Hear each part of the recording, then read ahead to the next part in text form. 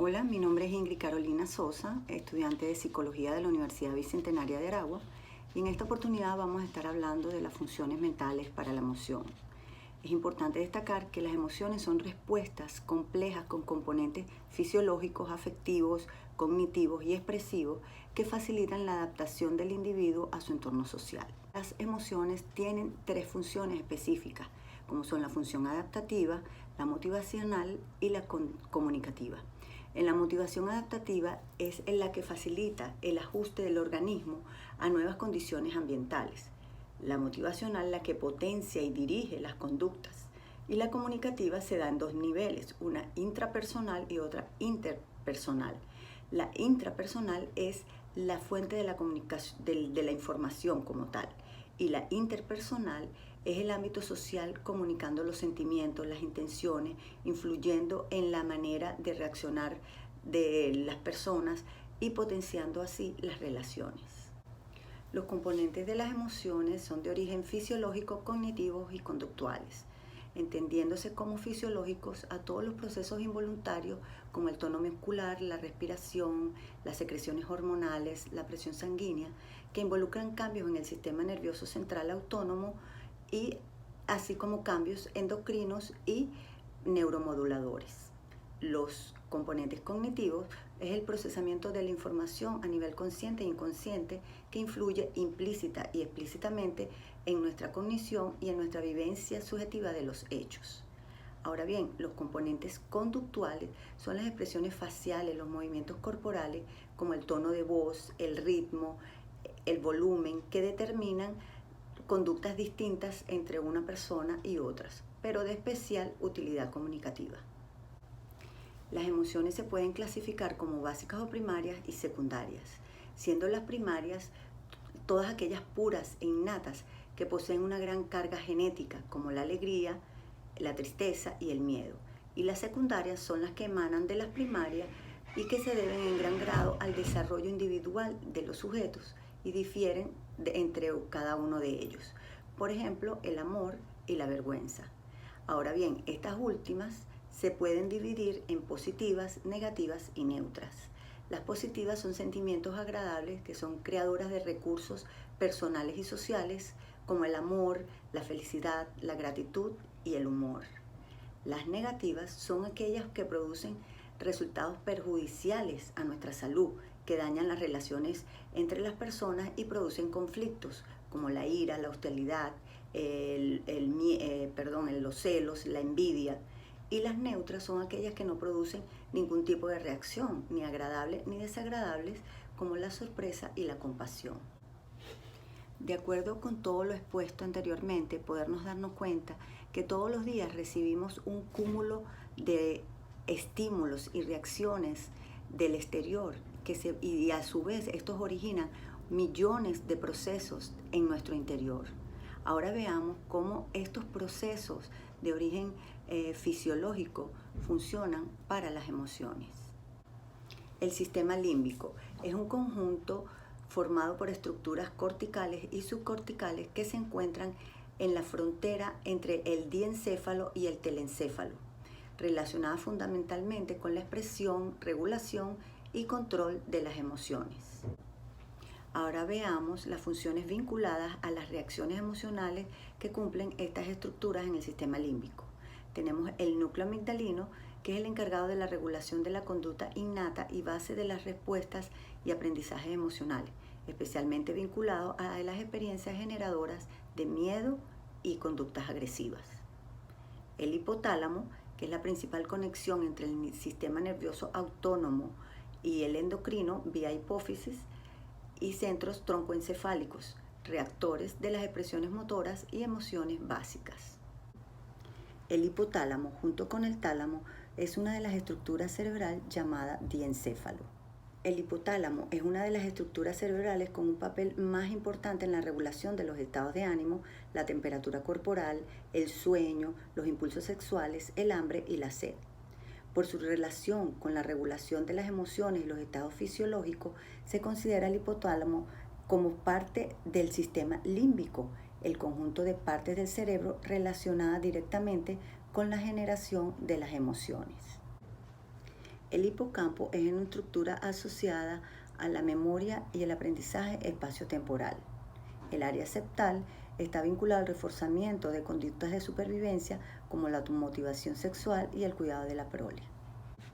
El núcleo anterior al tálamo es la principal distribución de la información derivada de los núcleos emocionales hacia la corteza ventromedial prefrontal y hacia estructuras subcorticales como el hipocampo y la amígdala. Por último, tenemos la circunvolución cingulada, que se propone como una de las zonas donde se realiza la integración de la información emocional y cognitiva.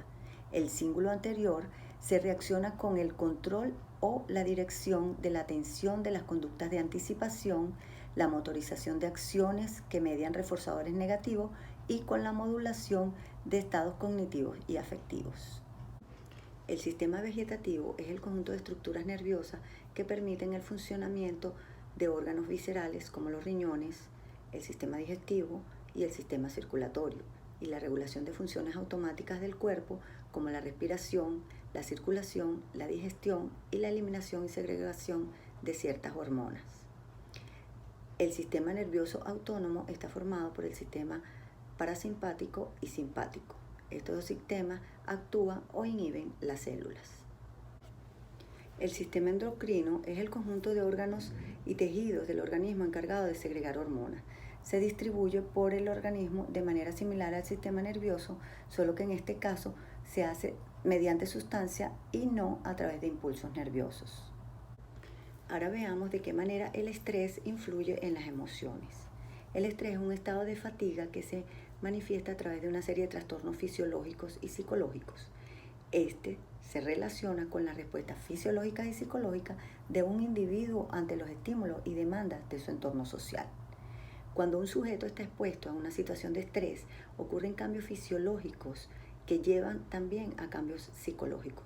Por ejemplo, cuando estamos ante una situación de estrés, tu cerebro recibe una amenaza. Los pulmones se expanden para enviar más oxígeno. El corazón aumenta el bombeo de la sangre, el hígado libera glucosa extra como energía, el estómago se contrae fuertemente y todos los músculos del organismo se contraen. El comportamiento es la manera de actuar de las personas en relación a los estímulos que obtienen de su medio ambiente. Ahora bien, veamos la relación entre el comportamiento y las emociones. Se trata de la forma de proceder de las personas y organismos frente a los estímulos y la relación a su entorno. Es importante y fundamental establecer que todo comportamiento está influenciado por una serie de elementos. En concreto, se estipula que aquel marcado tanto por la cultura que tenga la persona en cuestión como las normas sociales existentes en su entorno o la actitud presente en todo momento. Las emociones negativas como la ira, los celos, la envidia, la depresión pueden ser perniciosas para nuestro comportamiento. Sin embargo, hay emociones positivas que también pueden afectar de manera negativa nuestro comportamiento. Por ejemplo, dejarnos maltratar por la persona que amamos, tan sencillamente porque lo amamos, es una manera que afecta negativamente nuestro comportamiento. El hacer ciertas actividades que no son saludables porque son placenteras es una manera negativa de afectar nuestro comportamiento. Cuando una determinada emoción se activa y se vuelve intensa, nuestro punto de vista se distorsiona y nos centramos exclusivamente en esa emoción y en los estímulos que la desencadenan. Se amplifica nuestra mente y eso conduce a que en ese momento nuestra reacción ante ella casi parezca racional, porque es la única información que consideramos lo bastante importante para ser procesada. Esto provoca diversos estímulos en nuestro comportamiento. Por ejemplo, luchamos cuando estamos enfadados, nos abstenemos por la participación de nuestras responsabilidades porque estamos deprimidos, o soportamos una mala relación porque seguimos estando enamorados. Ahora hablemos de los estados de ira. Existen dos grandes estados de ira. La expresión extrema de la ira, que se refiere cuando nuestra expresión de enfado no puede ser disimulada. Todo el que nos vea se va a dar cuenta que estamos enfadados por nuestro tono de voz, por las expresiones faciales o nuestros gestos. Ahora, la expresión interna de la ira se refiere a la expresión de enfado hacia adentro, cuando podemos disimular que los demás no tienen por qué saber que estamos enfadados. Por dentro de ella se sabe, gracias a las sensaciones de tensión, a los pensamientos de venganza o que albergamos. Ahora tenemos los estados de ansiedad. El estado de ansiedad es un estado mental que genera una gran inseguridad y una extrema inquietud. Podemos dividirla en dos: ansiedad adaptativa y ansiedad patológica. La ansiedad adaptativa es aquella que consideramos un mecanismo de adaptación natural que nos permite estar alerta ante cierta situación que nos genere estrés. Cuando la intensidad aumenta y provoca malestares significativos, es cuando ya esta ansiedad se vuelve patológica. El estado de terror es una sensación de miedo muy intensa. El miedo se define como una perturbación angustiosa del ánimo por un riesgo real o imaginario.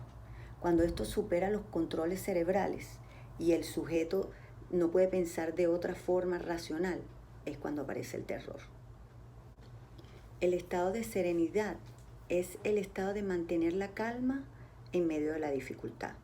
Se trata de la característica de aquel o aquello que está o que es sereno.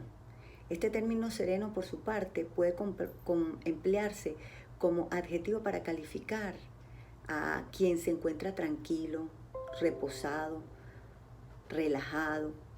En lo que se refiere a salud, es un estado psicológico apacible y sosegado, en el que no hay perturbación física ni conflicto moral.